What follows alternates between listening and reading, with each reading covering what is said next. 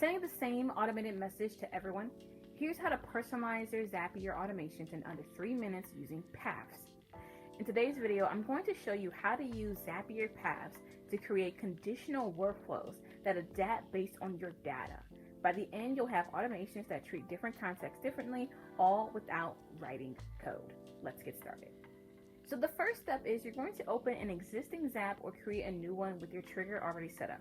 In our case, we're going to edit this Zap where we have a Google form, and upon new form responses, we send a message in Slack. What we're going to do is we're going to click the plus icon in between the trigger and one of the action steps. And we're going to type in and try to find paths by Zapier, which is this one right here. So now our automation is going to be split into paths. And how this works is a conditional logic. So if this happens, then do this. But if that doesn't happen, then do that. That's effectively how they work. And you get at least 2 paths to begin with.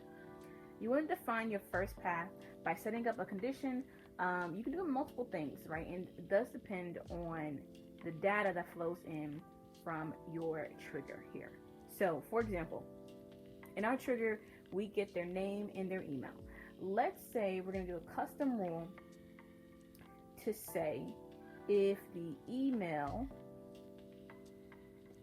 that we get contains at gmail.com. Okay, so let's say we want to split it up. Let's say it's at gmail.com. When we test it, using the test data from our initial lead form response, Zapier is saying, hey, your item didn't match this, so it wouldn't have followed this path. That's good. That means this filter worked correctly because the dummy data in here does not include a gmail.com email. So we'll click continue. And we're also going to rename this path A to say at gmail.com.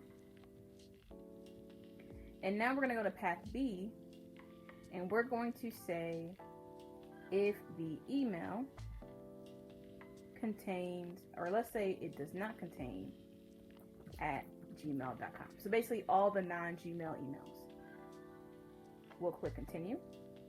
It says our path would have continued because the test data did not have an at gmail.com address in it. We'll click continue. In the action step from here, what I'm actually going to do, I'm going to copy our send Slack message step, and I'm going to click paste to replace, which is very easy in Zapier, which means it copied that action step entirely. I'm going to configure it, and I'll say in this message text that gets sent in our Slack channel, we'll say, hi team, we have a new lead, here's their info. I'll put in brackets, this email is not a gmail.com email. We'll click continue. We can test that step, and we do know that it works per the other video that we had. Now, I'm going to also change the name, not at gmail.com. I'm going to publish this, and now I'm going to bring up the lead form opt-in so we can see if this would have ran correctly. So now let's test this out. And we're going to include a Gmail, technically a Gmail email. We'll say the name is team and the email is test@gmail. And we've already published our Zap. We'll click that. There we go. Submit. So we submitted our form. We're going to go back to our Zapier, and we're going to see under Zap runs how this ran. Okay, so as we see here, this is the record of our test that we just did. We have the response from Google Forms. What we see here is that the path for @Gmail did work. Why? Because the email we put in our form response was test@gmail.com. That created that was containing a @gmail.com email, and that is why the Slack message got sent correctly. So as you see, the Slack message said, hi team, we have a new lead, here's their info. Their name is team and their email is test@gmail.com. That worked correctly. And if you can imagine, Let's say you have different data, like let's say your form data gave people's birthdays, it gave people's addresses, it gave people's,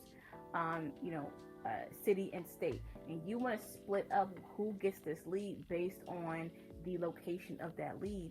Now you can do that using Paths by Zapier. Now your Zap automatically routes different contacts down different paths based on the conditions that you set.